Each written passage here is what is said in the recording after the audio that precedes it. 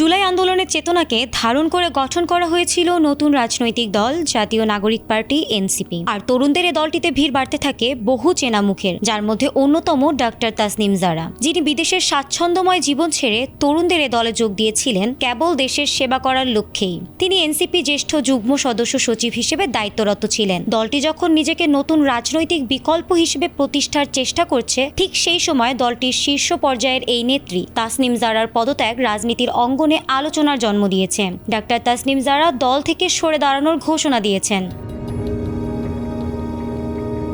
দলীয় সূত্রে জানা গেছে, ঢাকা ৯ আসন থেকে এনসিপির সম্ভাব্য প্রার্থী হিসেবে তাসনিম জারার নাম আগে থেকেই আলোচনায় ছিল। তবে হঠাৎ করেই তিনি দলীয় রাজনীতি থেকে সরে এসে স্বতন্ত্র পথে হাঁটার ঘোষণা দিয়েছেন। নিজের ফেসবুক পোস্টের মাধ্যমে তিনি জানিয়েছেন, দলীয় কাঠামোর বাইরে থেকে জনগণের সরাসরি সমর্থনের ওপর ভর করেই তিনি রাজনীতি করতে চান। তিনি নিজেকে খিলগাঁওয়ের ঘরের মেয়ে হিসেবে উল্লেখ করে বলেছেন, এই এলাকার মানুষের সুখ দুঃখ, সমস্যা ও সম্ভাবনা তিনি খুব কাছ থেকে দেখেছেন। তাই দলীয় পরিচয় ছাড়াই সাধারণ মানুষের পাশে দাঁড়ানোর লক্ষ্যেই তার এই সিদ্ধান্ত। তিনি আরো বলেন, কোনো রাজনৈতিক দলের অফিস, কর্মী বাহিনী কিংবা সাংগঠনিক সুবিধা না থাকলেও মানুষের বিশ্বাসই তার সবচেয়ে বড় শক্তি।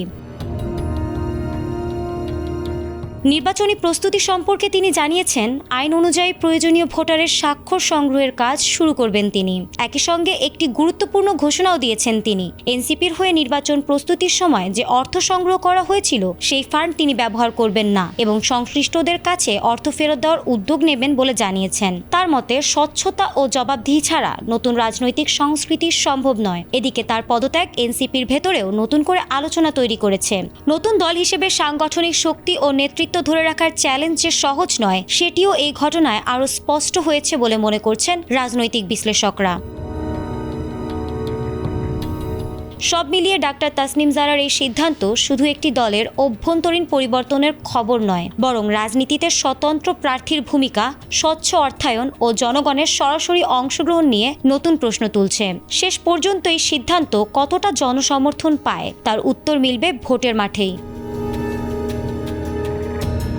ফারহানা হক, এটিএন বাংলা।